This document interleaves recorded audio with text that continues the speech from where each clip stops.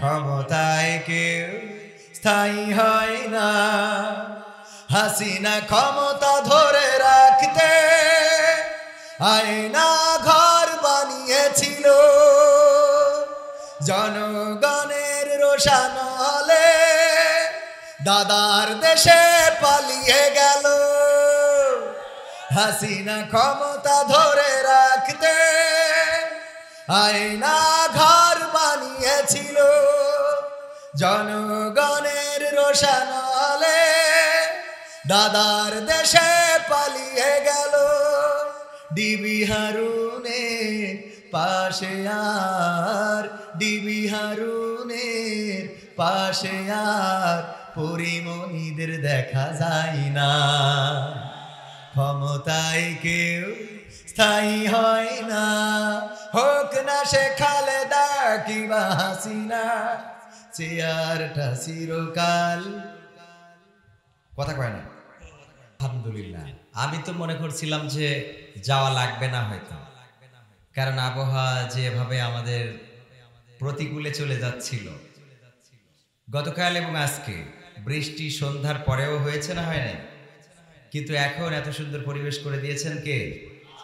যে আল্লাহ রাব্বুল আলামিন দয়া করে আমাদের এত সুন্দর পরিবেশ করে দিলেন, সেই আল্লাহর দয়াকে উপেক্ষা করে কি আমরা চলে যাব নাকি শেষ করে যাব? থাকা যাবে ইনশাআল্লাহ? কারা কারা থাকবেন দুটো হাত দেখতে চাই। লিল্লাহি তাকবীর, লিল্লাহি তাকবীর। থাকবেন ইনশাআল্লাহ? দেখা যাবে কারা ওঠে আর কারা যায়। উঠলে কি মুরব্বী বলে ডাক দিতে হবে নাকি? হ্যাঁ, আমার ভাই তো লাস্টের দিকে ওবায়দুল কাদেরের যেভাবে ধুয়েছে, এটা আমারও মাঝে মাঝে লাগে, কারণ আমিও বলি খেলা হবে। আমিও মাঝে মাঝে কি আবার কয় কি যশোরে রয়েছে, আমারে আপনারা বাড়ি যেতে দেবেন পরে? পোস্টারে এখানে লেখা কবির বিন সামাদ যশোর, আর ওবায়দুল কাদের যশোরে আছে। এটা যদি এই শ্রোতা বুঝে ফেলে তাহলে আমার বাড়ি যেতে দেবে? এই জন্য একটু যশোর টশোর সাবধানে কই, ঠিক না? কারণ বলবে যে ওবায়দুল কাদেরের আগে নিয়ে আয় তারপরে যা, কারণ এই বগুড়া হলো জিয়াউর রহমানের ঘাঁটি, ঠিক না? সাত মাথা দখল হয়ে গিয়েছিল, গিয়েছিল না? অফিস টফিস করে পুলিশ দিয়ে পাহারা দেওয়া লাগতো, ঠিক না? কারণ বগুড়ার মাটি শুধুমাত্র জিয়াউর রহমান নাই, আমার মনে হয় বগুড়ার মাটি ইসলামের ঘাঁটি। আগামী দিনে বগুড়া থেকে ইসলামী আন্দোলনের মিছিল শুরু হোক, এটা কি চান? যদি 5ই আগস্টের মতো সিদ্ধান্ত নিতে পারেন যে রক্ত ঝরে ঝরুক, জীবন যাই যাবে, শহীদ হতে হয় হব, জেলে যেতে হয় যাব, কিন্তু সামনের দিকে যাওয়া ছাড়া পিছু হটবো না, বিজয় অর্জন করা ছাড়া ঘরে আর ঘুমাবো না, এমন সিদ্ধান্ত যদি নিতে পারেন, আজ হোক কাল হোক, এই বাংলার জমিনে কোরআনের রাজ কায়েম হবে ইনশাআল্লাহ। এই সিদ্ধান্ত নিতে পারবেন? নেওয়া যাবে ইনশাআল্লাহ? দেখা যাবে কতটুকু সিদ্ধান্ত নিতে পারেন। ডাক যদি আসে ময়দানে থাকবেন?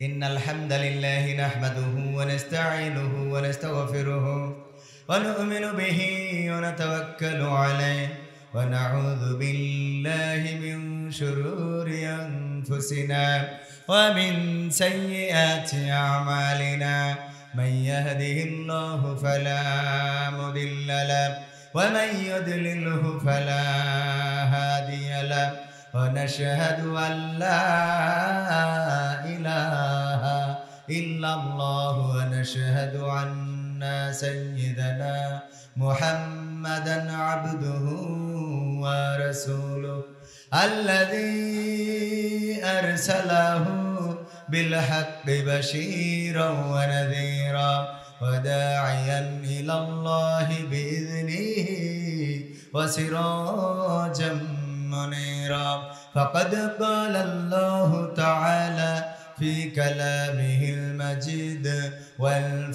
والفرقانه الحميد সবাই পড়েন আউযু বিল্লাহি মিনাশ শাইতানির রাজিম বিসমিল্লাহির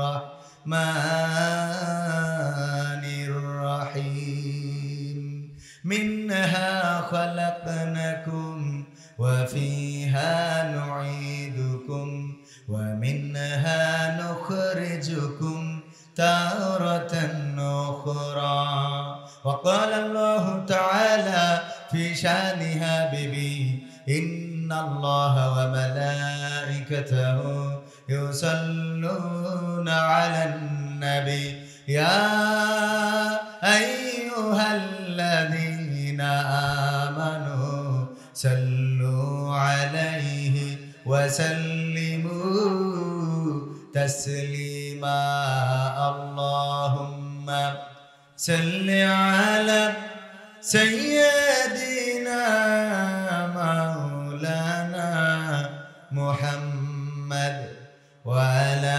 آله سيدنا এসো হে রাসূল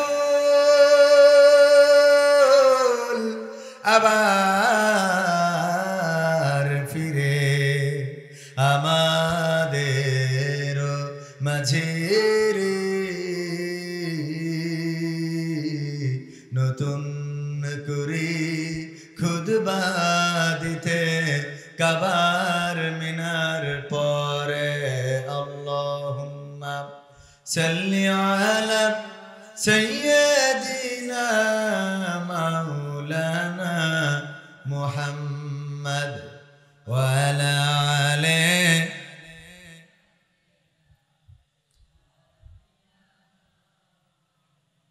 আপন আপন বলিস কারে কেউ তো আপন হয় না আপন আপন বলিস কারে কেউ তো আপন হয় না স্বার্থ ছাড়া এই ভুবনে আপন তো কেউ রয় না স্বার্থ ছাড়া এই ভুবনে আপন তো কেউ রয় না আপন আপন বলিস কারে কেউ তো আপন হয় না আপন আপন বলিস কারে কেউ তো আপন হয় না স্বার্থ ছাড়া এই ভুবনে আপন তো কেউ রয় না স্বার্থ ছাড়া এই ভুবনে আপন তো কেউ রয় না চোখ বুঝিয়া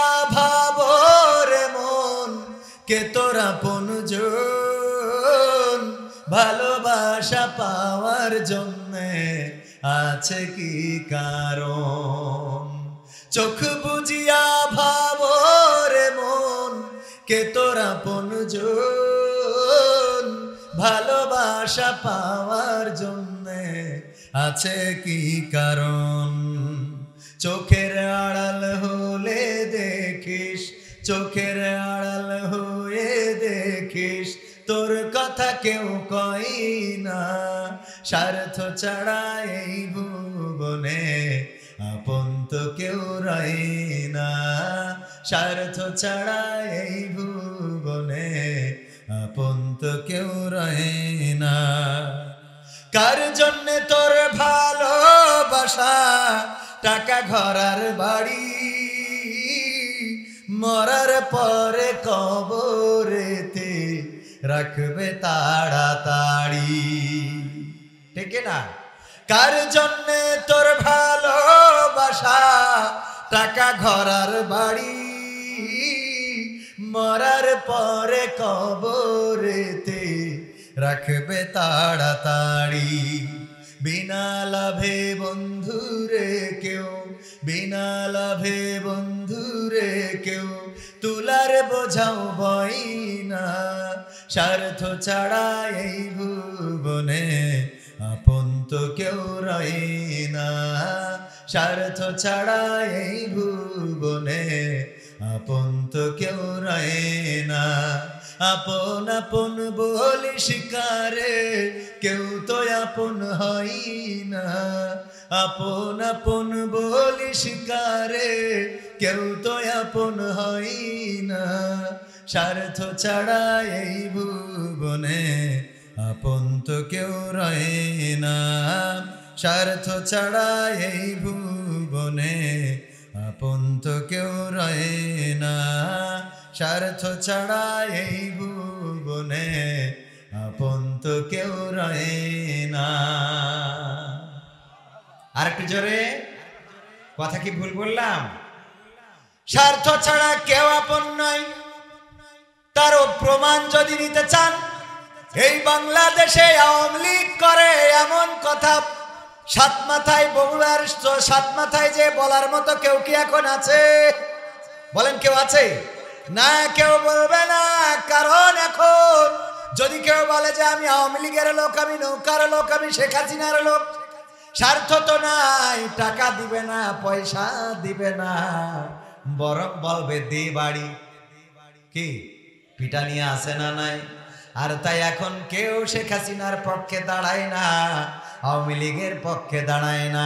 অথচ যখন ক্ষমতায় ছিল তখন শেখ হাসিনার ডানে বামে সামনে পিছনে এই গ্রামে শহরে বন্দরে নগরে সব জায়গায় তার পক্ষের লোক ছিল না? ছিল না?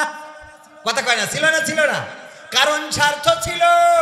বাজেট আসতো কোটি কোটি টাকা, লাখ লাখ টাকা, আর সেই বাজেট সয়াবিনের তেলগুলো খাটের নিচে ঢুকাইছে। সুবহানাল্লাহ, কথা কয় না? সুবহানাল্লাহ হবে? ঢুকাইছে না ঢুকাই নাই? রাস্তা করেছে 4 বছরে লেগেছে যেই রাস্তা করতে, 3 মাসের মধ্যে সেই রাস্তা গর্ভবতী হয়েছে না হয় নাই? 2 পাশ দিয়ে গর্ভবতী হয়ে গেছে, মাঝখান দিয়ে গর্ত। এরপরে কয়েকদিন পরে গর্ভপাত হয়ে গেছে, খগুলো বের করে দিয়েছে। আর এই রাস্তা এখান থেকে সামনে যাওয়ার কোনো কায়দা তেমন একটা নাই। রাস্তার যে বাজেট হইলো, ওই বাজেট দিয়ে যদি রাস্তা করা হতো তাইলে এই রাস্তা 20 বছরের মধ্যে নষ্ট হতো না। কিন্তু বাজেট দিয়ে তো করে নাই। টাকাগুলো সুইজারল্যান্ডের ব্যাংকে নিয়ে গেছে, থাইল্যান্ডে, সিঙ্গাপুরে নিয়ে গেছে। আর যার কারণে এখন জনগণ এত কষ্ট করে। আর এইগুলো করতো স্বার্থের জন্য। এই জন্য আমি বলেছি স্বার্থ ছাড়া কেউ আপন নয়। আপনার স্ত্রীও আপন নয়, আপনার মা বাবা ভাই বোন যাদেরকে আপন মনে করেন, যতদিন দিতে পারবেন ততদিন আপন বলবেন। আপনি দেওয়া বন্ধ করে দেন, আপনার ছেলের কাছে আপনি বোঝা হয়ে যাবেন, আপনার মেয়ের কাছে আপনি বোঝা হয়ে যাবেন। আপনার স্ত্রীর হক আদায় করতেও যদি ব্যর্থ হন, ওই স্ত্রী পরকিয়া করার চিন্তা করবে। কথা কয় না? যদি বয়স থাকে, যে বাসর রাতে কথা দিয়েছিল আপনাকে ছেড়ে যাবে না, যে বাসর রাতে বলেছিল তোমার সাথেই জীবন, তোমার সাথেই মরণ, একটু 19 থেকে 20 হইলেই কয় তোর সাথে সংসার করতে এসে জলি বুড়ি মরলাম। কয় না? কয় তোর সাথে আমার আর হবে না। হ্যাঁ, হুজুর ঠিক জোরে বলছে। কেন ঝামেলায় আছে নাকি? সম্মানিত ভাইয়েরা, আলোচনা কি করব? থাকবেন এই বৃষ্টির মধ্যে? ঝড় আসলে, টর্নেডো আসলে চলে যাব নাকি? মুসলমানেরা ঝড়, টর্নেডো, সুনামি, আমফান এগুলোকে ভয় পায়, বন্দুকের নলকে ভয় পায়। ভয় পেয়েছে, গুলি খেয়েছে, শহীদ হয়েছে, রাস্তায় পড়ে রয়েছে। 1500 অধিক ছাত্র শহীদ হয়ে প্রমাণ করে দিয়েছে বাঙালি, বাংলাদেশি জনতা জীবন দিতে জানে, মরতে জানে, শহীদ হতে জানে, মাটির অধিকার ছেড়ে দিতে জানে না। কারণ এই দেশটা একটি দেশের তাবেদার রাষ্ট্রে পরিণত হচ্ছিল। ঠিক না বে ঠিক? একটি দেশের তাবেদার রাষ্ট্রে পরিণত হচ্ছিল। আর যারা পরিণত করছিল তাদের তেল মর্দন করতে করতে এমন একটা অবস্থা তৈরি করেছিল, কিছুক্ষণ আগে আমার আব্দুল সালাম যুক্তিবাদী ভাই বললেন, সবাই ধারণা করে নিয়েছিল যে এই পাথর আর সরানো সম্ভব নয়। ঠিক না বে ঠিক? এরকম চিন্তা সবার মধ্যে হয়ে গিয়েছিল না? এই জন্য আমি সাইফুল্লাহ মানসুরের একটা গান একটু কনভার্ট করেছি, শোনাবো? ক্ষমতায় কেউ স্থায়ী হয় না, হোক না সে খালেদা কিবা হাসিনা, চেয়ারটা চিরকাল থাকে না। ক্ষমতায় কেউ স্থায়ী হয় না, মুজিবুর বেশি দিন থাকেনি, জিয়াউর কেউ তো রাখেনি। মুজিবুর বেশি দিন থাকেনি, জিয়াউর কেউ তো রাখেনি। এরশাদ চলে গেছে পৃথিবী ছেড়ে, এরশাদ চলে গেছে পৃথিবী ছেড়ে, কেউ আজ তার কথা কয় না। ঠিক না বেটে? ক্ষমতায় কেউ স্থায়ী হয় না। হাসিনা ক্ষমতা ধরে রাখতে আয়না ঘর বানিয়েছিল, জনগণের রোষানলে দাদার দেশে পালিয়ে গেল। হাসিনা ক্ষমতা ধরে রাখতে আয়না ঘর বানিয়েছিল, জনগণের রোষানলে দাদার দেশে পালিয়ে গেল। ডিবি হারুনের পাশে আর, ডিবি হারুনের পাশে আর পরিমণিদের দেখা যায় না। ক্ষমতায় কেউ স্থায়ী হয় না, হোক না সে খালেদা কিংবা হাসিনা, চেয়ারটা চিরকাল কথা কয় না থাকে, চেয়ার চিরকাল থাকে। আমার আগে আব্দুল সালাম যুক্তিবাদী ভাই কুপাকুপি করলেন, তারপরে চলে যাওয়া লাগলো, এখন আবার আমি। গতকাল গোলাম রব্বানী ভাই এসেছিলেন আব্দুল হাই মোহাম্মদ সাইফুল্লাহ ভাই, ঠিক কিনা? যতক্ষণ চেয়ারে ছিল ততক্ষণ তাদের পাওয়ার ছিল, ঠিক কিনা? যতক্ষণ সে চেয়ারে ছিল ততক্ষণ তার পাওয়ার ছিল। এখন আব্দুল সালাম যুক্তিবাদী ভাই চলে গেল, উনার পাওয়ার শেষ, এখন আবার আমি আসছি। আবার আগামী বছর আর আমার সুযোগ হয়তো হবে না, আগামী বছর হয়তো মানে হবে না, আগামী বছর ভাই বললো যে আরো ভালো মানের ইনশা মিজানুর রহমান আজহারি ভাই আসবেন। কি খুশি তো? আল্লাহ কবুল করুন। আমির হামজা ভাই আসবেন, চান কি না? হাফিজুর রহমান সিদ্দিকী হুজুর আসবেন, চান কি না? অবশ্যই চাই। ইসলামের জন্য আমরা ঐক্য চাই, ভ্রাতৃত্ব চাই, ভালোবাসা চাই। যারা ইসলামের জন্য কাজ করছি আমরা সবাই তাদেরকে প্রমোট করবো ইনশাআল্লাহ। ইসলামের বিরুদ্ধে যারা, তারা সবাই আমাদের শত্রু, তাদেরকেও আমরা ইনভাইট করব, আসো ইসলামের পথে, আসো কল্যাণের পথে। আর যারা ইসলামের পথে আছে আমাদের সাথে বা তাদের সাথে আমাদের মতদ্বন্দ্ব, আমাদের সাথে তাদের মতদ্বন্দ্ব, এটাকে কেন্দ্র করে আমরা একে অপরকে শত্রু ভাববো না। কি ভাববো না? শত্রু ভাববো না। আমরা তাদেরকে শুভাকাঙ্ক্ষী মনে করব, ভালোবাসার মানুষ মনে করব। আল্লাহ তাদেরকেও এই মঞ্চে আসার তৌফিক দান করুন। সবাই বলেন আমিন। আজহারি ভাই এসেছেন বাংলাদেশে। আল্লাহ রাসূল সাল্লাল্লাহু আলাইহি সাল্লাম, আবু হুরায়রা রাদিয়াল্লাহু তাআলা আনহু বর্ণিত হাদিস বলছেন, মিথ্যা বলার জন্য এতটুকু যথেষ্ট যে সে যা শুনলো তাই প্রচার করলো।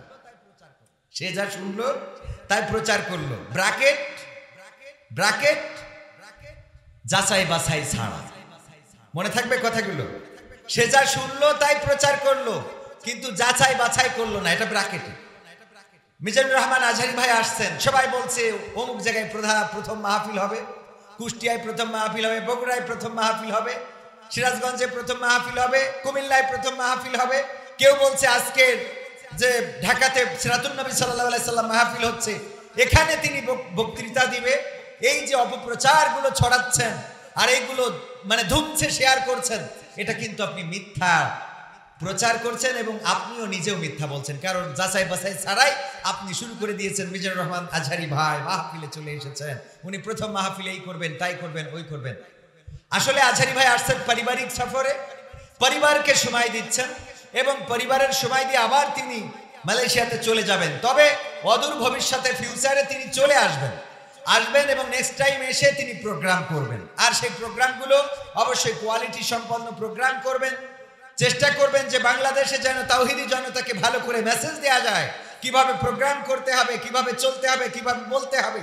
এই চেষ্টাটা তিনি করছেন। এই আলোচনা মালয়েশিয়াতে থাকতেই আমরা কয়েকদিন আগে গিয়েছিলাম, আমাদের আব্দুল সালাম যুক্তিবাদী ভাইও সাথে ছিল। এই আলোচনাগুলো হয়েছিল যে তিনি বাংলাদেশে আলোচনার জগতে একটু নতুনত্ব আনতে চান। আল্লাহ সেই তৌফিক দান করুন, বলেন আমিন। এখন অনেক নতুনত্ব এসেছে না আসে নাই? অনেক নতুনত্ব এসেছে। আগের মতো কিচ্ছা কাহিনীর ওয়াজ এখন চলে, কথা কয় না। আগের মতো এখন কিচ্ছা চলে না। চলে আগের মতো কিচ্ছা কাহিনী? মাজার থেকে বাবা উঠে এসে এই করলো তাই করলো। সেদিন দেখলাম এক আল্লাহর ওলি বলতেছে গাড়ির তেল ফুরাই গেছে। তেল ফুরাই যাওয়ার পরে গাড়ি বন্ধ হয়ে গেছে, এখন কাছাকাছি তো তেল পাম্প নাই, কি করা যায়? আমার আব্বা হুজুর বলল যে নাও খোলো। টাঙ্কি খুললো, তারপরে ওখানে একটা ফু দিল, দেওয়ার পরে বললো স্টার্ট করো। ব্যাস স্টার্ট করে বাড়ি তো চলে আসলাম, আরো 1 সপ্তাহ চালাইছে। সুবহানাল্লাহ। হ্যাঁ, কি হবে? নাউজুবিল্লাহ। যদি ফু দিয়ে তুমি তেল ভরাইতে পারতা, তাহলে বাংলাদেশের তেলের সংকটই তো বেশি। তুই একটু এই পাম্পে দিয়ে ফু দিস না কেন? কথা কয় না। আরে 1 সপ্তাহ চললো কেন? চললি তো আরো 2 বছর চলবে নাকি? এরকম ওয়াজ এখনো আছে না নাই? এই ওয়াজগুলো এখন চলবে না। কোরআনের সাথে হাদিসের সাথে যদি না মেলে, বাস্তবতার সাথে যদি না মেলে, বাপ দাদার কিচ্ছা কাহিনী বাংলাদেশের মানুষ আর শুনতে চায়। বিপ্লবী কণ্ঠ আইনুদ্দিন আল আজাদ ভাইয়ের ছিল না? আইনুদ্দিন আল আজাদ ভাই কিন্তু সোচ্চার কণ্ঠে বলে গিয়েছেন, কি হবে বেঁচে থেকে অযথা বিদ্যা শিখে যদি না গড়তে পারি শোষণবিহীন সমাজটাকে। কি হবে বেঁচে থেকে? কি হবে ছাত্র সেজে চুমু খেয়ে সনদ খানা যদি হয় বিদ্যালয়টা ছাত্রলীগের আড্ডাখানা? কি হবে ছাত্র এই মুরব্বী, ওই মুরব্বী কি হয়েছে? নতুন তাইলে অসুবিধা নেই। ও আমার এক ভাই চোখে কম দেখে, ওনার একটু চাপ লেগেছে। আমি মনে করলাম কি হবে বেশি থেকে বলতেই চলে যাচ্ছে, থেকে মূর্তি চলে যাচ্ছে, কিন্তু এজন্য না, মানে মূর্তি যাচ্ছে না মূর্তি যাচ্ছে। আল্লাহ কবুল করুন, বলেন আমিন। কি হবে বেঁচে থেকে অযথা বিদ্যা শিখে যদি না গড়তে পারি শোষণবিহীন সমাজটাকে? কি হবে বেঁচে থেকে? কি হবে ছাত্র সেজে চুমু খেয়ে সনদ খানা যদি হয় বিদ্যালয়টা সন্ত্রাসীদের আড্ডাখানা? কি হবে ছাত্র সেজে চুমু খেয়ে সনদ খানা যদি হয় বিদ্যালয়টা পরিমণিদের আড্ডাখানা? এর চেয়ে মরাই ভালো দেশ ছেড়ে যাওয়াই ভালো, এর চেয়ে মরাই ভালো দেশ ছেড়ে যাওয়াই ভালো। কি হবে ধোকা দিয়ে বিবেকটাকে? কি হবে ধোকা দিয়ে বিবেকটাকে? কি হবে বেঁচে থেকে অযথা বিদ্যা শিখে যদি না গড়তে পারি শোষণবিহীন সমাজটাকে? কি হবে বেঁচে থেকে? কি হবে যুবক নামের বোঝা হয়ে এই ধরাতে, যেখানে মা বোনেরা ধর্ষিতা হয় দিনে রাতে? ধর্ষণ আছে না নাই? আপনার বগুড়ার নন্দীগ্রাম বলে একটা উপজেলা আছে, মিথ্যা বললাম না সত্য?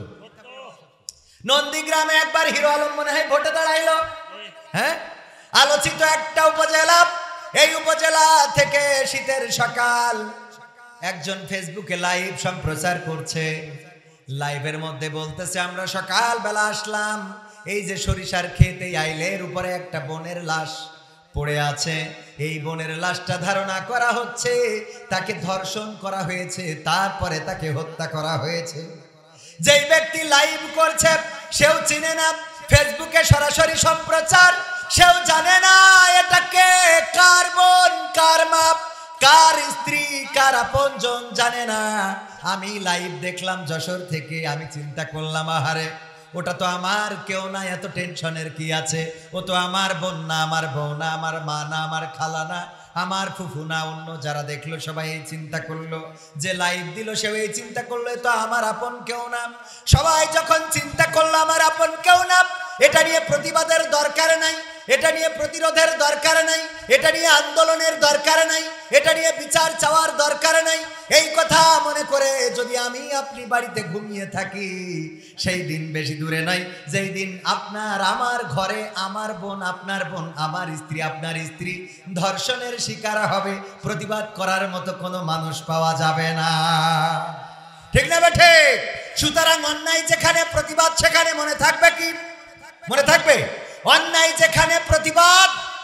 জোরে বলেন, অন্যায় যেখানে প্রতিবাদ। অন্যায় যদি আমার বাবাও করে, বাবার বিরুদ্ধে দাঁড়ানোর দরকার আছে না নাই?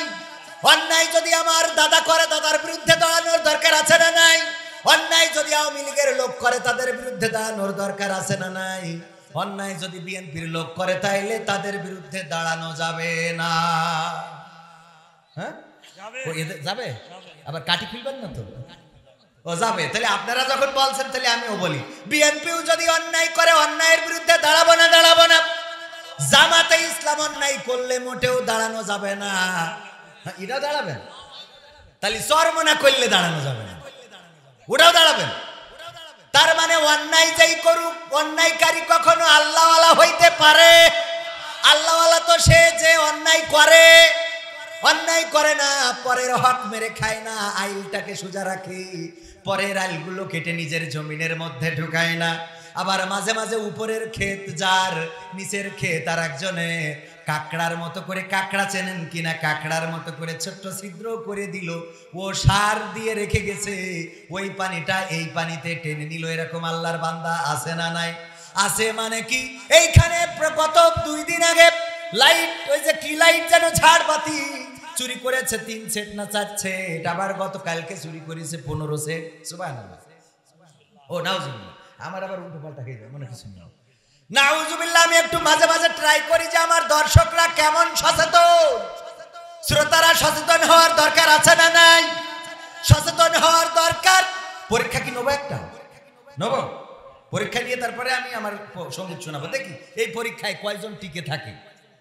হ্যাঁ, হ্যাঁ, আমি এখনো কিন্তু শুরু করিনি, মানে শুরু করবো আর একটু পরে। পরীক্ষাটা নিয়ে শুরু করবো। রাজি আছেন? সঙ্গীত শোনাবো। 100টার উপরে সঙ্গীত দিয়ে বই সাজিয়েছি, ঠিকানা আর গান। এখানে নতুন পুরাতন অনেক গান আছে যেগুলো আপনাদের শোনা দরকার। এমপিরা সব কোথায় গেল, কোথায় কাদের কাকা, তাদের ছাড়া দেশটা কেমন লাগে ফাঁকা ফাঁকা। ঠিক না ঠিক? শোনাবো কিন্তু পরীক্ষাটা নিয়ে। ভাইয়েরা আমার, একটা পরীক্ষা হয়ে যাক কেমন আপনাদের ইমানের উন্নতি হয়েছে। একবার আল্লাহ রাব্বুল আলামিন, এই কাগজ মাগজ আমার দিয়ে না, আমি যদি ভালো না পারি। যদি তুমি ভেবে থাকো আপন বলে আছে কেউ, বিশ্বাস রাখো এই কথাতে, আজ কি বা কাল পর যে সেও। এই গানটা গাওয়ার জন্য অনুরোধ করেছে, তাই আগেই একটুখানি গেয়ে রেখে দিলাম, যাতে ও না মনে করে যে ভাই আমার তো কিছু গাইতে বললাম, তাই শুনলো না। আমি আবার না শুনলে ভালো লাগে না। শুনবো ইনশাআল্লাহ। আপনারা থাকলে চলবে, যদি না থাকেন একসাথে চলে যাবে। থাকবেন ইনশাআল্লাহ? থাকা যাবে ইনশাআল্লাহ? তাহলে পরীক্ষাটা হয়ে যাক। আমার চেয়ারে বসা, আমার এখানে বসা, সবাই সচেতন হয়ে যান। এই পরীক্ষায় যদি জিতে যান তাইলে বুঝবো যে উন্নতি হয়েছে, আর যদি হেরে যান তাইলে বুঝবো যে আপনার আরো আওয়াজ শুনতে হবে। আর একবার ওই যে মুনকার নাকিরকে খুঁজে পাওয়া যাচ্ছে না। মুনকার নাকির কি করে? এই ফেরেশতা কি করে? সওয়াল জবাব করে। কবরে যেয়ে বলে, মান রব্বুকা মান দীনুকা মান নবিয়ুকা, তোমার রব কে, তোমার দিন কি ছিল, তোমার নবী কে ছিল। এই প্রশ্ন যে 2 ফেরেশতা করে, এই 2 ফেরেশতাকে খুঁজে পাওয়া যাচ্ছে না। আল্লাহ রাব্বুল আলামিন বলল, 2 ফেরেশতা কোথায় গেল? অন্য ফেরেশতাদের বলল, কোথায় গেল একটু খুঁজে দেখো। দুনিয়ায় এসে খুঁজে গেল, পাইল না। আল্লাহর কাছে যে বলছে, আল্লাহ পাইলাম না, তোমার 2 ফেরেশতা যে কোথায় চলে গেল জানি না। বলতেছে যে ফিলিস্তিনে ইসরায়েলে ওই যে কিছু হামলা করেছে, ওখানে ইসরায়েলের সৈন্য মারা গেছে, ওদের তো কবরে রেখেছে, সওয়াল জবাব করা লাগবে। গোটা বিশ্বে কত মানুষ মারা গেল, ওদের সওয়াল জবাব করতে হবে। কোথায় গেল ভালো করে খোঁজো। খুঁজেই পাই না। তারপরে দুনিয়া, আসমান জমিন সব জায়গা খুঁজতে খুঁজতে হঠাৎ করে দেখলো যে আব্দুল কাদের জিলানির কবরের মধ্যে 2জন রয়েছে, কিন্তু তাদের হাত পা বাঁধা। কি করা? আব্দুল কাদের জিলানির কবরের মধ্যে হাত পা বেঁধে রেখেছে মুনকার নাকিরকে। আল্লাহর কাছে যেয়ে বলল, আল্লাহ তোমার 2 ফেরেশতাকে তো পাইছি, কিন্তু তারা রয়েছে আব্দুল কাদের জিলানির কবরে রাহমাতুল্লাহ আলাইহি, তার কবরের মধ্যে বেঁধে রেখেছে। কেন বেঁধে রেখেছে তা তো জানি না, যাও জিজ্ঞাসা করো কেন বেঁধে রেখেছে, ছাড়বে কি ছাড়বে না। কবরে এসে অন্য ফেরেশতারা জিজ্ঞাসা করলো, আব্দুল কাদের জিলানি কি এমন অপরাধ মুনকার নাকিরের যার জন্য বেঁধে রেখেছো? তাদেরকে বেঁধে রাখার কারণে কত লাশ কবরে রেখেছে, তাদের প্রশ্ন করতে হবে, কিন্তু প্রশ্ন করার মতো কাউকে পাওয়া যাচ্ছে না। এখন তোমরা বেঁধে রেখেছো, অপরাধ কি আল্লাহ জানতে চেয়েছে। আব্দুল কাদের জিলানি কয়, ও আমাদের কবরে যখন এসেছে মুনকার নাকির, আমাকে সালাম না দিয়ে কবরে প্রবেশ করেছে। কি করে? সালাম দেয় নাই। আমি আব্দুল কাদের জিলানি, আমাকে সালাম না দিয়ে কবরে প্রবেশ করেছে, এই জন্যই ওরে বেঁধে রাখিছি, ওদেরকে বেঁধে রাখিছি, ছাড়া যাবে না। তখন ফেরেশতারা যে বলল, আল্লাহ এই অপরাধের কারণে তো বেঁধে রেখেছে, এখন কি করা যায়? আল্লাহ বলছে দেখো প্রস্তাব দাও, আব্দুল কাদের জিলানীকে বলো কি করলে ছেড়ে দিবে। আব্দুল কাদের জিলানী যখন এটা শুনলো আল্লাহ বলেছে কি করলে ছেড়ে দিবে, তখন বলতেছে এই ইরাকে বা এই বাগদাদে যত কবরবাসী আছে সকল কবরবাসীকে ক্ষমা করে দিতে হবে। আল্লাহ রাব্বুল আলামিন তখন বলছে ওগো আব্দুল কাদের জিলানী, তুমি তো আমার অল্পের উপর দিয়ে ছেড়ে দিলে। কের উপর দিয়ে? অল্পের উপর দিয়ে ছেড়ে দিলে। তুমি আজকে আমার যে বিপদে ফেলে দিয়েছো, মুনকার নাকিরকে বেঁধে রেখেছো, তুমি যদি বলতে গোটা দুনিয়ায় যত কবর আছে সব কবরকে ক্ষমা করে দিতে হবে, আমি যে বিপদে পড়েছিলাম আমি সব কবর ক্ষমা করে দিতাম। তুমি অল্প চেয়েছো বাগদাদের যত কবর আছে সব ক্ষমা করে দিতে বলেছো, আমি আল্লাহ সব ক্ষমা করে দিলাম, আমার মুনকার নাকিরকে ছেড়ে দাও। যখন ক্ষমা করে দিয়েছে তখন আব্দুল কাদের জিলানী মুনকার নাকিরকে ছেড়ে দিয়েছে। জোরে জোরে বলেন সুবহানাল্লাহ। পরীক্ষা শেষ, এবার বুকে হাত দিয়ে সত্যি কথা বলবেন। সুবহানাল্লাহ বলেছেন কয়জন হাত উঁচু করেন? রাখন পাশ করলো কারা? আল্লাহ, এই কি করে আপনাদের ভালো মানে সুর দিয়ে বলতে পারলেই হয়ে গেছে। সুর দিয়ে বলার কারণে সুবহানাল্লাহ বলতে দ্বিধাবোধ করেন নাই, অথচ মুনকার নাকিরকে বেঁধে রাখবে এমন ক্ষমতা, আল্লাহু আকবার, এমন ক্ষমতা পৃথিবীর কোনো মানুষকে দেওয়া হয় নাই। বোঝেননি? আল্লাহ রাসূল সাল্লাল্লাহু আলাইহি সাল্লামকেও আল্লাহ রাব্বুল আলামিন এমন কিছু করার নাই। আর আব্দুল কাদের জিলানী তিনি আল্লাহওয়ালা ছিলেন এটা ঠিক, কিন্তু তিনি মুনকার নাকিরকে কবরে বেঁধে রাখবেন। আর কবরে যে বেঁধে রাখলো, রাখার পরে ফেরেশতারা ওখানে আটকা পড়ে গেল, আর ফেরেশতারা জানলো আর আল্লাহ জানলো। এই ঘটনা কবির বিন সামাদের কাছে জানাইলো কিনা? কথা কয় না, এ তো ফেরেশতাদের ঘটনা আর আল্লাহর ঘটনা। তো আমি জানলাম কি করে? আমার সাথে কি ফেরেশতার কথা হয়? জিবরাইল আলাইহিস সালাম যেদিন চলে গেলেন, আল্লাহ রাসূলকে বিদায় দেওয়ার সময় বললেন ওগো রাসূল, সেই পৃথিবী সৃষ্টির পর থেকে আদম থেকে শুরু করে নবী মুহাম্মদ পর্যন্ত আমি এই পৃথিবীতে ওহী নিয়ে এসেছি। আপনার উফাতের মধ্য দিয়ে এই পৃথিবীর পরে আমার আর আগমন ঘটবে না। ভাইয়েরা আমার, আমরা যে আব্দুল কাদের জিলানী নিয়ে এমন একটা ঘটনা বললাম, এটা একটা বানোয়াট ঘটনা, এটা বানানো ঘটনা। এটা বানিয়েছে ওই তরিকার লোকজন, কাল্পনিক একটা ঘটনা বানিয়েছে। কবরে ফেরেশতার সাথে আমাদের দেখাও হয়নি, বাপদাদাদের দেখাও হয়নি। আমার জাহিদ ভাইয়ের দেখা হয়েছে কি না? তারও দেখা হয় নাই। এই কবরে ফেরেশতাদের বেঁধে রাখলো, আর উপর থেকে ফেরেশতা আসলো খুঁজতে। তারা এসে তদন্ত করলো, আল্লাহর সাথে কথা হইলো, আর আমরা জেনে গেলাম। এটা কি কখনো হয় নাকি? এটা তো কমন সেন্স দিয়ে বোঝার বিষয়। আল্লাহ আমার ভাইয়েরা, আব্দুল কাদের জিলানীও এমন ছিলেন না। একদিন শয়তান এসেছে আব্দুল কাদের জিলানীর কাছে, এরকম জুব্বা পরে, মাথায় টুপি দিয়ে, তারা টুপি, খুব সুন্দর করে। এখন আবার আবুয়া না কি যেন পরে, হ্যাঁ আবা পরে, এই যে ভাই জানে ভালো, আবা পরে। এই আবা পরে খুব সুন্দর করে শয়তান এসে বলছে আসসালামু আলাইকুম ইয়া আব্দুল কাদের জিলানী। আব্দুল কাদের জিলানী মনে করছে ওরে বাবা, এত কায়দা করে সালাম দেয় কিনা? কয় কে বাইরে? কয় আমি জিবরাইল আলাইহিস সালাম। কি ব্যাপার, কি মনে করে? আমি এসেছি আপনার ইবাদত বান্দেগি। আল্লাহর কাছে এতটাই প্রশংসিত, আল্লাহ এতটাই পছন্দ করেছেন যে আল্লাহ রাব্বুল আলামিন আমি জিবরাইলকে দিয়ে আপনাকে সুসংবাদ দিতে বলেছে যে আপনি জান্নাতি। সুবহানাল্লাহ। এই আবার কয় নাউজুবিল্লাহ। এইবার আর বুঝিনি, এখানে সুবহানাল্লাহ। জান্নাতি যদিও শয়তান বলছে, তারপরেও জান্নাতি, এটা তো আমরা একটু ভালো জানি। এই যে নাউজুবিল্লাহ বললো মনে হয় তেমন সমস্যা। আমি একটু বলেন, যে যেমনি পারেন বলেন, পরীক্ষায় আবার আমি ভুল করে ফেললি সমস্যা। তো এখন আব্দুল কাদের জিলানী যে ইবাদত করেছে, জান্নাতে যাওয়ার যোগ্য ইবাদতই করেছেন, আলহামদুলিল্লাহ করেছেন না? এখন শয়তান বললেও যদি আওয়ামী লীগের লোক বলে, আল্লামা সাইদির কণ্ঠ অনেক সুন্দর এবং সে যে বয়ান করে, বয়ান শুনে হিন্দু মুসলমান হয়ে যায়, তো এটা সুবহানাল্লাহ বলা যাবে না? যাবে না? যাবে তো যাবে। তো শয়তান বলেছে যেহেতু যে জান্নাতি, অসুবিধা নেই, জান্নাতের একটা সার্টিফিকেট শয়তান দিচ্ছে। কিন্তু আব্দুল কাদের জিলানী এতে খুশি হন নাই। খুশি না হয়ে কি বললেন? আব্দুল কাদের জিলানী বলছে তা তুমি কিভাবে আসলে? কয় আল্লাহ পাঠাইছে, কেন আসবো না? আব্দুল কাদের জিলানীর মনে পড়ে গেল আল্লাহর রাসূল সাল্লাল্লাহু আলাইহি সাল্লাম যেদিন ইন্তেকাল করেছেন ওই যে জিব্রাইল আলাইহিস সালাম চলে গিয়েছেন আর কিয়ামত পর্যন্ত পৃথিবীতে আসবেন না। তখন আব্দুল কাদের জিলানী বলল, ওগো শয়তান, আমার ইবাদত আল্লাহর কাছে কবুল হয়েছে কি হয় নাই সেটা আল্লাহই জানেন, ভালো জানেন, কিন্তু জিব্রাইলকে যে পাঠাই নাই এটা আমি ভালো করে জানি, কারণ আমি জানি জিব্রাইল আর পৃথিবীর পরে আসবে না, তুমি শয়তান ছাড়া আর কেউ হইতে পারো। তখন শয়তান বলছে, আব্দুল কাদের জিলানী, আমি হেরে গেলাম তোমার কাছে, হেরে গেলাম তোমার কাছে। আমি এরকম কথা বলে বলে কত পরহেজগার বান্দাকে গোলাপ পানি খাইয়ে ছেড়েছি, জাহান্নামের পথের প্রতীক করে দিয়েছি। কারণ আমাদের অনেক বাপদাদার কাছে এরকম শয়তান এসে যদি বলে যে এই করো ওই করো, ও কয় আমার পরে ইলহাম জারি হয়েছে। কি জারি হয়? এই কথা কয় না, ওর পরে ইলহাম হয়, উপর থেকে আসে।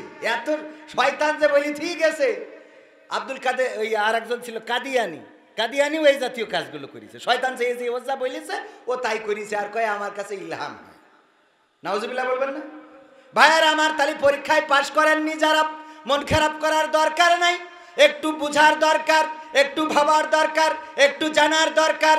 ওগো আমার ভাইয়েরা, সেই যদি জানতে হয় তাইলে কোথায় আসতে হবে? কোরআনের কাছে আসতে হবে। আল্লাহ বললেন, ওয়াইযা কুরিয়াল কুরআনু ফাসতামিউ লাহু ওয়া আনসিতু লাআল্লাকুম তুরহামুন। যখন তোমাদের সামনে কোরআন পড়া হয়, যখন তোমাদের সামনে কোরআন থেকে তেলাওয়াত করা হয়, তখন তোমরা তোমাদের হৃদয়ের কান দিয়ে শোনো, যাতে করে তোমাদের উপরে আল্লাহর রহমত বর্ষণ হতে পারে। আল্লাহর রহমত চান কারা কারা? একটু দুটি হাত দেখতে চাই। নারায়ে তাকবীর। আল কোরআনের আলো, আল হাদিসের আলো। আমার নেতা তোমার নেতা, আমার নেতা তোমার নেতা। আমরা নেতা হিসাবে কাকে মানি? বিশ্বনবী হযরত মুহাম্মদ সাল্লাল্লাহু আলাইহি ওয়াসাল্লামকে নেতা মানি। কিন্তু অনেকে আছে নেতা হিসাবে আবার আছে না নাই? ওই আল্লাহর নবীর বিরুদ্ধে কথা বললে জেল জুলুম কিছু হয় না, বরং তারা পুরস্কার পায়। আর ওই নেতার বিরুদ্ধে, ওই তাদের বানানো নেতার বিরুদ্ধে, পিতার বিরুদ্ধে কথা বললে তার জেল জুলুম আছে না নাই? এখন নাই, আগে ছিল। এখন যা ছিল সেটা অতীত হয়ে গেছে, মানে এখন নাই, আগে, এখন নাই, আগে ছিল। ওগো আমার ভাইয়েরা, নেতা হিসাবে মানতে হবে কাকে? আল্লাহ রাসূলকে। আর বিধান মানবো কিসের বিধান? এই কোরআনে সব সমস্যার সমাধান আছে না নাই? সমাধান খুঁজে খুঁজে ক্লান্ত হয়েছো যারা, সমাধান যদি পেতে চাও, সব পথ গিয়ে ভুলে কোরআন দেখো খুলে, সমাধান যদি নিতে চাও। সমস্যা যত সব দূর করে দিবে রব, সমস্যা যত সব দূর করে দিবে রব, যদি তুমি যাও চেয়ে যাও। সমাধান যদি পেতে চাও, সব পথ গিয়ে ভুলে কোরআন দেখো খুলে, সমাধান যদি নিতে চাও। কোরআন ধরি না বলে, কোরআন পড়ি না বলে চারিদিকে হই লাঞ্ছিত। কোরআন জানি না বলে, কোরআন মানি না বলে সব অধিকার বঞ্চিত। ঠিক না বেঠে? কোরআন ধরি না বলে, কোরআন পড়ি না বলে চারিদিকে হই লাঞ্ছিত। কোরআন জানি না বলে, কোরআন মানি না বলে সব অধিকার বঞ্চিত। মরিচিকার পিছে না ঘুরে মিছে মিছে, মরিচিকার পিছে না ঘুরে মিছে মিছে, কোরআনটা খুলে দেখে নাও। সমাধান, সমাধান খুঁজে খুঁজে ক্লান্ত হয়েছো যারা, সমাধান যদি পেতে চাও, সব পথ গিয়ে ভুলে কোরআন দেখো খুলে, সমাধান যদি নিতে চাও। কোরআনেই বলা আছে কোন পথে চলবে, কোন পথে মিলবে মুক্তি। কোরআনেই লেখা আছে কোন পথে শান্তি, কোন পথে আসবে শক্তি। কোরআনেই বলা আছে কোন পথে চলবে, কোন পথে মিলবে মুক্তি। কোরআনেই লেখা আছে কোন পথে শান্তি, কোন পথে আসবে শক্তি। আলে আর আলোয় প্রতারিত না হয়ে, আলে আর আলোয় প্রতারিত না হয়ে কোরআনটা খুলে দেখে নাও। সমাধান, সমাধান খুঁজে খুঁজে ক্লান্ত হয়েছো যারা, সমাধান যদি পেতে চাও, সব পথ গিয়ে ভুলে কোরআন দেখো খুলে, সমাধান যদি নিতে চাও। কোরআনেই খুঁজে পাবে সংসার নীতি, আর কি হবে রাষ্ট্রের নীতি। কোরআনের আইন চললে দেশে দূর হবে সব দুর্নীতি। হবে না? হবে না? দুর্নীতি কেমন করে দূর হবে একটু বুঝাইয়ে দিই। ওই যে কিছুক্ষণ আগে ঝাড়বাতি যে চুরি করছিল, তাকে ধরার পরে সামান্য উত্তম মাধ্যম হয়েছে। ওগো আমার ভাইয়েরা, যদি কেউ চুরি করে কোরআনের আইন অনুযায়ী শাস্তি কি? কি করা? হাত কেটে দেয়া। কবির বিন সামাদ চেয়ারম্যান ইলেকশন করলো, চেয়ারম্যান হয়ে গেল। সরকার থেকে বাজেট আসলো, রাস্তার বাজেট, বিধবা ভাতার কার্ড, তারপরে অন্য অন্য আদার্স চাউল ডাউল আসে। এইগুলো চুরি করে করে নিজের নামে ঢুকানোর পরে বাংলাদেশের আইন, বাংলাদেশের সংসদে যদি কোরআনের আইন কায়েম থাকতো, আর কবির বিন সামাদের ধরা খাওয়ার পরে যদি হাতের কবজিটা কেটে দিত, দেওয়ার পরে এসে যদি আপনাদের বলতাম, ভাইয়েরা আমার বুঝা হাত নিয়ে, ওগো আমার ভাইয়েরা কেউ চুরি করবেন না, চুরি করা গুনাহের কাজ, অন্যায় কাজ। শুধু তাই নয়, যদি কেউ চুরি করে তাইলে তার হাতের কবজি থাকবে না, হাতের কবজি কেটে ফেলা হবে। আপনারা প্রশ্ন করতেন, হুজুর আপনার হাতের কবজি কই? আমি বলতাম, আমাদের ওখানে একটা আখের মিল আছে কালীগঞ্জে, চিনিকল। এই চিনিকলে আখ, গ্যান্ডারি, কুইশাল, আপনারা যাই বলেন না কেন, এই কুইশালে আমি আখ ঢুকানো কাজ করতাম। এক সময় আখ ঢুকাইতে ঢুকাইতে হঠাৎ করে হাত ঢুকে রসে পাটালি হয়ে গেছে, তাই ডাক্তারে কেটে দিয়েছে। কিন্তু আপনারা কেউ চুরি করবেন না, চুরি করবেন না রে। আপনারা বাড়ি যাওয়ার সময় বলতেন, হুজুর যতই বলুক না কেন, আখের মেশিনের মধ্যে বা গ্যান্ডারি কুইশালের ওই রস করতে যে হাতটা নষ্ট হয়ে গেছে। আসলে কিন্তু সেটা না, আমাদের মন বলে এই হুজুর যশোরের চোর ছিল। ঠিক না ঠিক? আমার জাহিদ ভাই কোটি কোটি টাকার মালিক, আল্লাহু আকবার। আল্লাহ টাকায় বরকত দিন, বলেন আমিন। ব্যবসায় বরকত দিন, বারাকা দান করে দিন। এইভাবে শুধু নয়, আরো বড় পরিসরে যেন মাহফিল করতে পারে। বন্যার্তদের পাশে দাঁড়িয়েছে। কুমিল্লা ফেনীতে যখন বন্যা হয়েছে, ভাইজান নিজের পকেটের অর্থ খরচ করে গিয়েছি। আমার ভাইজানকে এইভাবে জনগণের পিছনে খরচ করার হাতটা আরো প্রশস্ত করে দিন, বলেন আমিন। আমার ভাইজান এই টাকা ইনকাম করেছে সুপারির ব্যবসা করে। কিসের ব্যবসা? হ্যাঁ, সুপারি। সুপারির ব্যবসা করে। আমরা তো জানি সুপারির ব্যবসা, কিন্তু এর বাইরেও যদি আরো অনেকের অনেক রকম ব্যবসা আছে না নাই? এর বাইরে যদি ভাই ধরে নেন, সরকারের সাথেও লেনদেন আছে, কিংবা ভারতের সাথে ওই যে এমপি আনারের মতো, আমার কালীগঞ্জের ক্যামেরাম্যান এসেছে, এমপি আনার হত্যা হলো, শুনেছেন কিনা আপনারা? কোথায় কোথায়? ওই পাশে দাদার দেশে, সেখানে হত্যা করা হলো। শুধু হত্যা করা হয় নাই, ওগো আমার ভাইরা, তার একটা টুকরো মাংস পর্যন্ত বাংলাদেশে আনার ব্যবস্থা, মাংস পাওয়া যায় নাই, টুকরা টুকরা করেছে। সেই মাংসগুলো কোথায় কি করেছে, রান্না করে খেয়েছে নাকি কুত্তা খাওয়াইছে তাও জানি না। এই যে মানুষটার গোশতগুলো পাওয়া গেল না, এই মানুষটা একদা ছাত্র শিবিরের একজন ছাত্রকে এইভাবে এর থেকে নির্মমভাবে মারে নাই, তবে এমন নির্মমতা করেছে যে তাকে হত্যা শুধু করে নাই, জীবন্ত থাকতে চোখ দুটো উপড়ে নিয়েছে আগে, তিলে তিলে শহীদ করেছে ছাত্র শিবিরের একজন ভাইকে। আর আল্লাহ রাব্বুল আলামিন বললেন, তুই তো খালি চক্ষু তুলে নিলি, আর তোর আমি এমন করে দেব যে তোর গোশতটাও জানাজা পড়ার জন্য পাওয়া যাবে না। আল্লাহ করতে পারে না, পারে না? আলাম তারা কাইফা ফাআলা রাব্বুকা বিআসহাবিল ফিল আলাম ইয়াজআল কাইদাহুম ফি তাদলিল। পারেন না?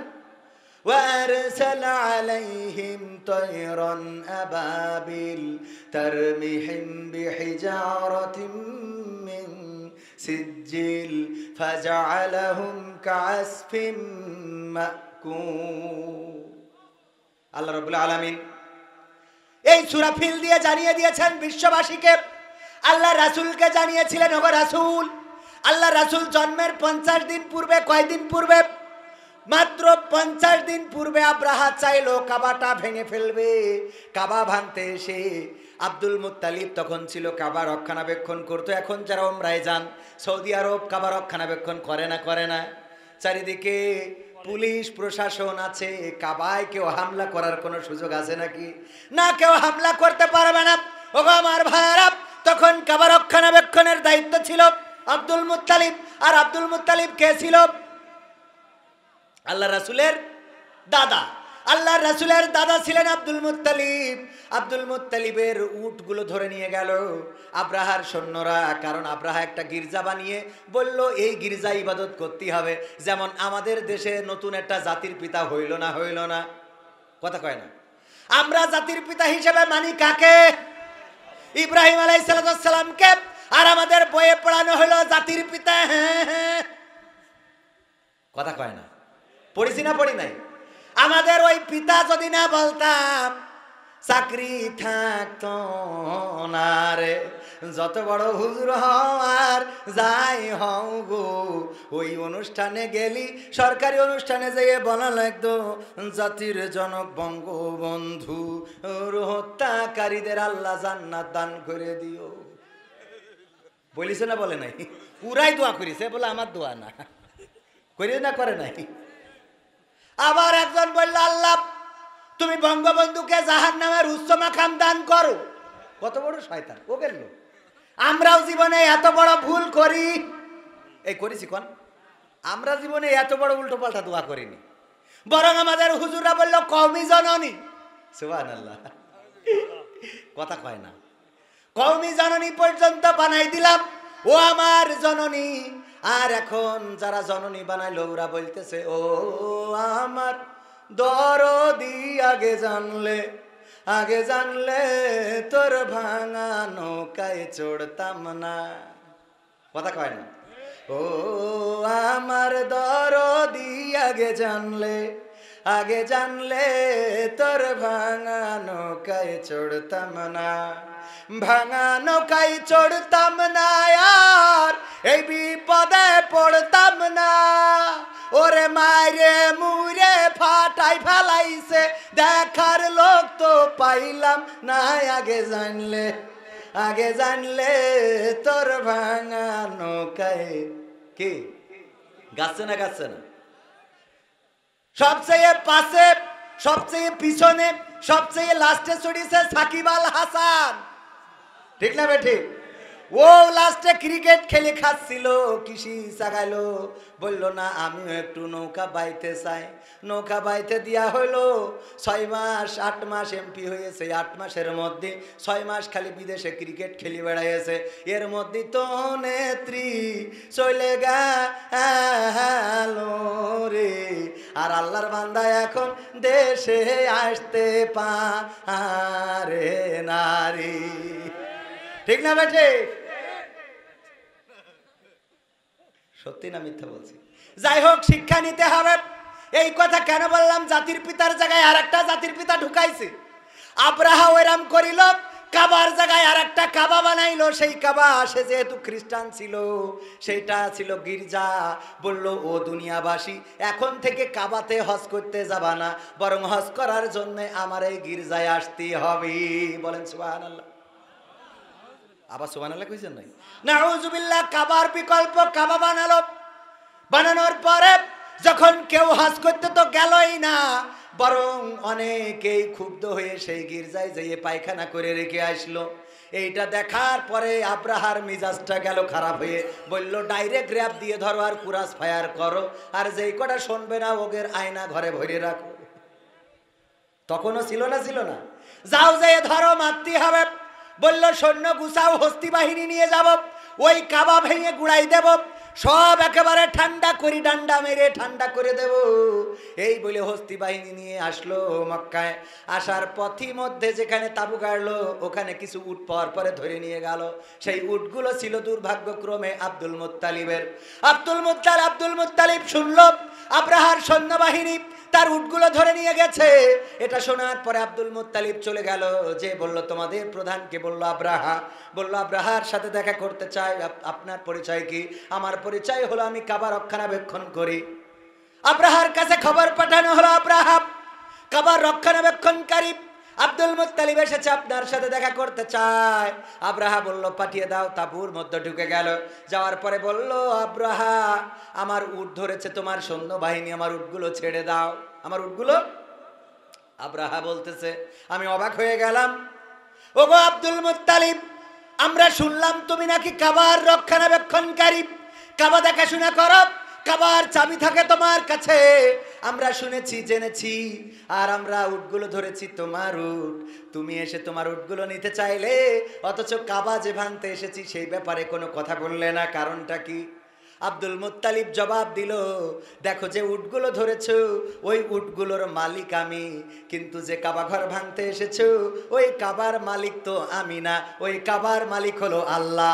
আমি যেমন আমার উটগুলো ছাড়িয়ে নিতে এসেছি, তেমনি ভাবে আল্লাহর যদি প্রয়োজন থাকে তাইলে আল্লাহর কাবা আল্লাহ রক্ষা করবে। আল্লাহু আকবার। এরপর আব্দুল মুত্তালিব চলে গেল কাবার দরজায়, যে দুটি হাত কাবার দরজায় লাগালেন আর বললেন, ওগো আল্লাহ, আমার তো সেই ক্ষমতা নাই যেই ক্ষমতা দিয়ে আমি আব্রাহার পতন করতে পারবো, তার হস্তি বাহিনীর মোকাবেলা করতে পারবো, তার সৈন্য বাহিনীকে ফিরিয়ে দিতে পারবো। ওগো আল্লাহ, এমন শক্তি আমার নাই, এমন সামর্থ্য আমার নাই, আমার সাজানো গোছানো সৈন্য বাহিনী নাই। আল্লাহ তুমি চাইলে সব করতে পারো। আল্লাহ রাব্বুল আলামিনের কাছে বলে নিরাপদ দূরত্বে চলে গেলেন আব্দুল মুত্তালিব।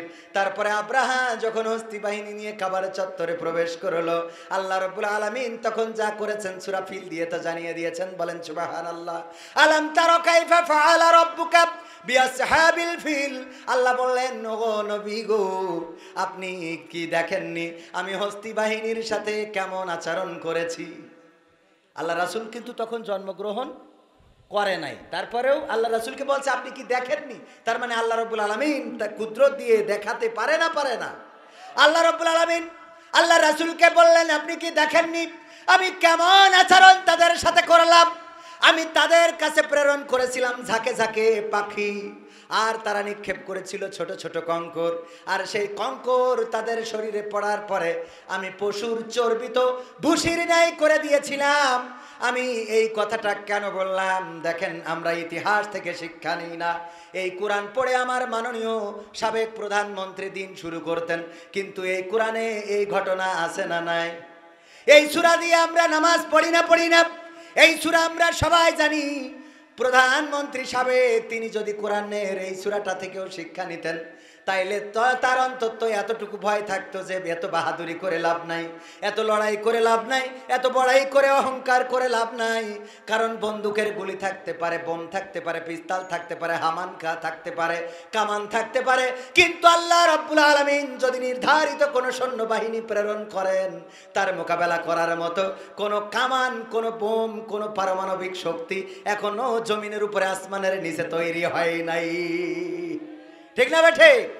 এত সৈন্য, এত পুলিশ, এত বিডিআর, এত বিজিবি, এত সিকিউরিটি, তারপরে নিজের জন্য স্পেশাল সিকিউরিটি ফোর্স করে রেখেছিল, এতে এনএসআই, তারপরে আরো এই যে আমার আর্মি থেকে আরো কি কি যেন বানাইছিল, কত কি বানাইছে গো রে। কিন্তু সেই গণভবন গণমানুষের দখলে গেছে না যায় নাই? কথা কয় না, গেছে না যায় নাই? এই ক্ষমতার কোনো লাভ আছে না? লাভ নাই। বরং যত নির্যাতন, যত নিষ্পেষণ, যত কান্না, যত হাহাকার, সব কিছু আল্লাহর কাছে তোলা রয়েছে। আল্লাহ রাব্বুল আলামিন দুনিয়াতেও দেখাবেন আর পরকালে দেখাবে না? পরকালে দুনিয়ায় জালিমের পতন দুনিয়ায়ও হবে, আর পরকালেও তারা দেখতে পাবে কি করলো, কি করে ফেললো। আমি বলেছিলাম ইতিপূর্বে, বাংলাদেশের মানুষদেরকে ঠান্ডা করা যাবে না, শান্ত করা যাবে না, তবে একটা ওষুধ আছে, একটা প্রেসক্রিপশন আছে। যতই রয়ের কাছ থেকে সার্টিফিকেট নেন, অথবা ইসরায়েলির মোসাদের সার্টিফিকেট নেন, অথবা আমেরিকার সার্টিফিকেট নেন, রাশিয়ার সার্টিফিকেট নেন, কাজ হবে না। একটা সার্টিফিকেট, একটা মাত্র ওষুধ। এই ওষুধটা যদি আপনি খাওয়াতে পারেন, বাংলাদেশের আলেমের মুখ বন্ধ হয়ে যাবে। বাংলাদেশে আমার জাহিদ ভাইয়ের আর ওয়াজ দেওয়ার দরকার হবে না, আর আমার হুজুরদের মসজিদের মিম্বারে বসে বক্তৃতা দেওয়া লাগবে না, আর আমাদের যশোর থেকে এসে বগুড়া এসে ওয়াজ করা লাগবে না, সরকারের বিরুদ্ধে কেউ কথা বলবে না, কেউ সরকার পতনের জন্য আন্দোলন করবে না, কেউ বলবে না যে ভোট দিতে হবে, ভোট দাও, তাড়াতাড়ি গণতন্ত্রের নির্বাচন দাও, কিছুই বলবে না, সব চুপ হয়ে যাবে। একটা মাত্র ওষুধ, একটা মাত্র কাজ, এটা যদি করে দিতে পারেন তবেই আলেমদেরকে থামানো যাবে, বাচ্চাদেরকে থামানো যাবে। জামাত শিবির চরমনাই ছাত্রদলরা তো আর কোরআন কায়েমের জন্য করে না, তারপরে এই কাছাকাছি আছে, তারপরে যারা আরো ইসলামী আন্দোলনের আছে সব থামানো যাবে। একটা মাত্র ওষুধ, আর সেই ওষুধটা হলো বাংলাদেশের সংসদে কোরআন কায়েম করে দিতে হবে। ঠিক না ঠিক? এই কথার সাথে একমত কারা কারা? নারায়ে তাকবীর, নারায়ে তাকবীর। সম্মানিত ভাইয়েরা আমার, এই কোরআন যদি কায়েম করে দেয়, বলেন দেখি আলেমরা সরকারের বিরুদ্ধে কি আর কথা বলবে? এই কোরআন যদি কায়েম করে দেয়, বগুড়ার সাতমাথায় আর কোনো সমাবেশের কি দরকার হবে? এই কোরআন যদি কায়েম করে দেয়, তাইলে কবির বিন সামাদের এসে কি আর এখানে ওয়াজ শোনানো লাগবে? কথা কয় না।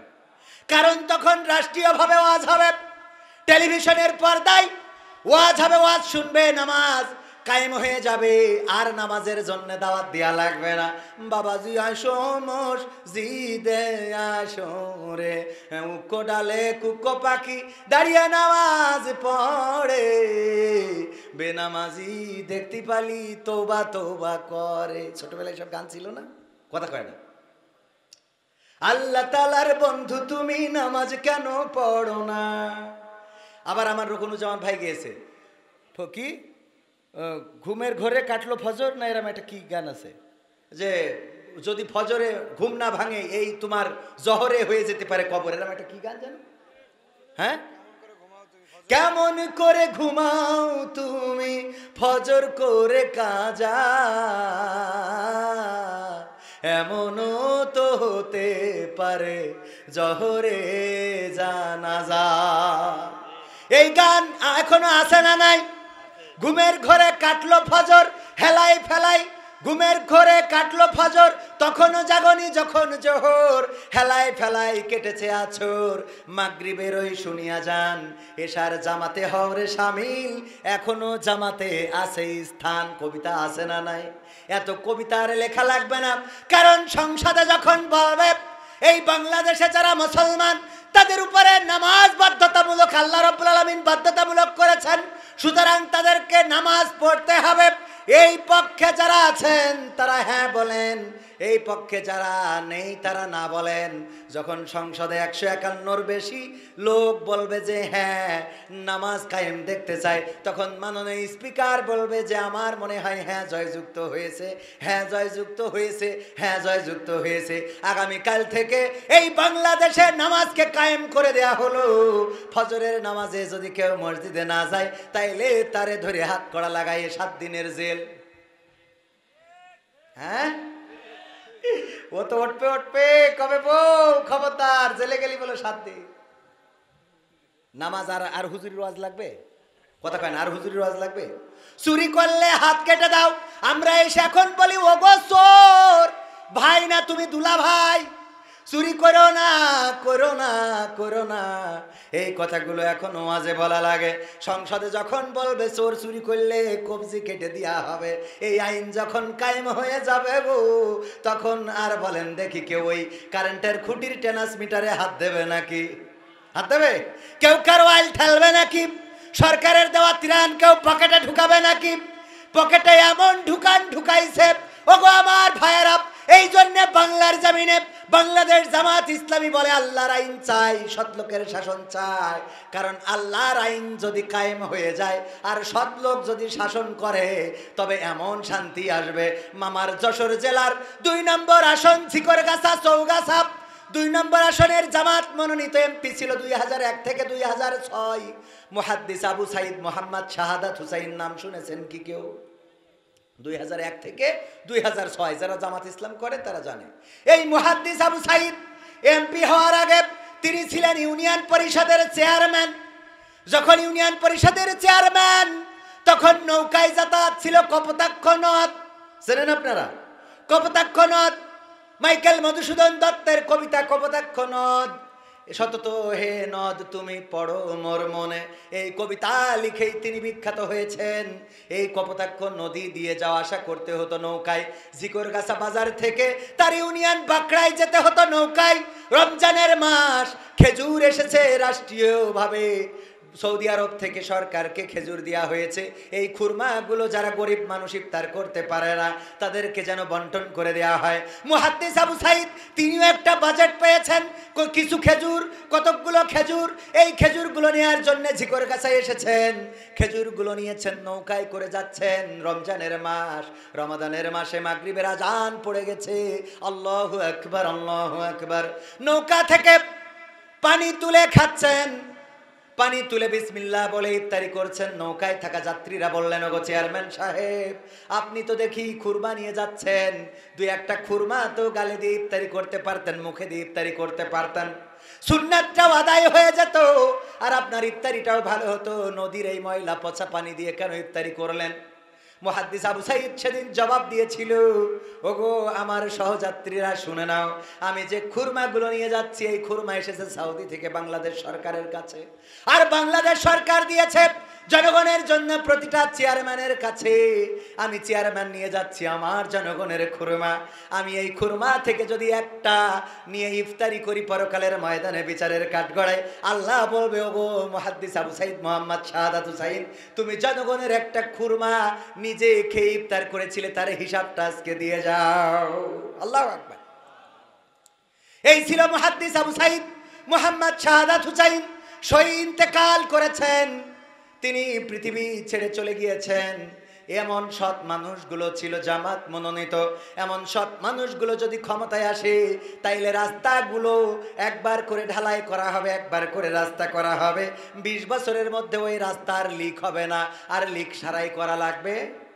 কথা কয় না, লিক সারাই করা কি হবে বেঁচে থেকে অযথা বিদ্যা শিখে, যদি না গড়তে পারি শোষণবিহীন সমাজটাকে।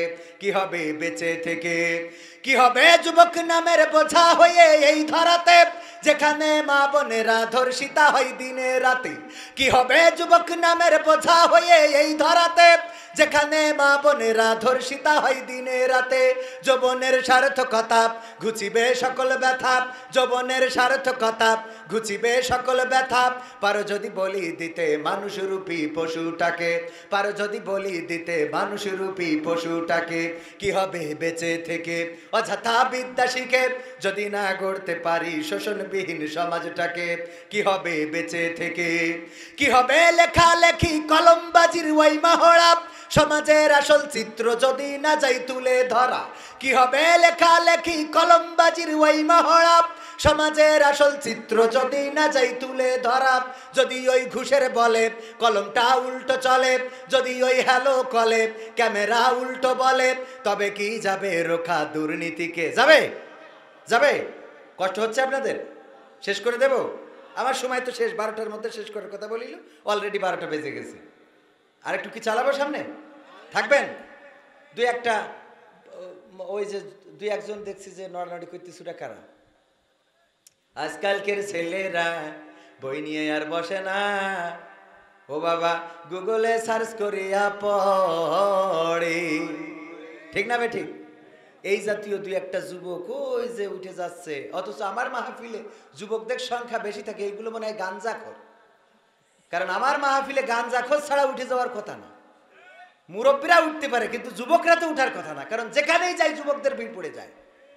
এখানে যে যে কিশোর যুবক দুই একটা যাচ্ছে, এই জাতীয় টিং টিংয়ে দেখলি এখন একটু সন্দেহ হয়। আগে যদি কেউ চিকনা থাকতো তাইলে বলতে, তুই কি কিছু খাস না নাকি, এই বলতো না। চিকনা বোঝেন তো আপনারা? কি বলেন? হ্যাংলা, চিকনাই বলেন।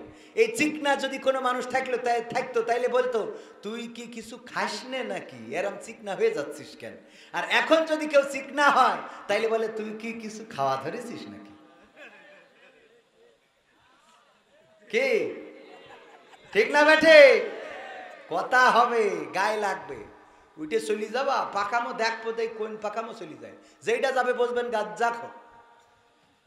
মনে থাকবে তো ইনশাল্লাহ? তাকাই দেখবেন, কারণ এই কথা, এই কথাগুলো যদি কারো ভালো, আমি তো বাবার কথা, আমার বাবার কথা বলতেছি, বলেছি একবার। আমার বাবা কেমন ছিল বলি নাই, আমার মা কেমন, বউ কেমন, দরকার আছে না, সেগুলো বলার দরকার নাই, বলবো না। কিন্তু যেই কথা বললে আপনার কাজে লাগবে, যেই কথা আপনার শোনা দরকার, জানা দরকার, যেই কথাগুলো না জানলে আপনি ভুল পথে পরিচালিত হবেন। আমি পবিত্র কোরআনের সূরা তহার 55 নম্বর আয়াত তেলাওয়াত করেছি, মনে আছে কি না? মনে আছে? আয়াতটা কি বলেন তো একজন দাঁড়িয়ে? হ্যাঁ, ভাইরা তো ইউটিউবার, ওয়াজ শুনে শুনে মুখস্থ হয়ে গেছে। মিনহা খলাকনাকুম ওয়া ফিহা নুঈদুকুম ওয়া মিনহা নুখরিজুকুম তারাতান নুখরা। এই আয়াত আমরা কোথায় পড়ি? হ্যাঁ, এই হুজুর কি হয়েছে তোমার?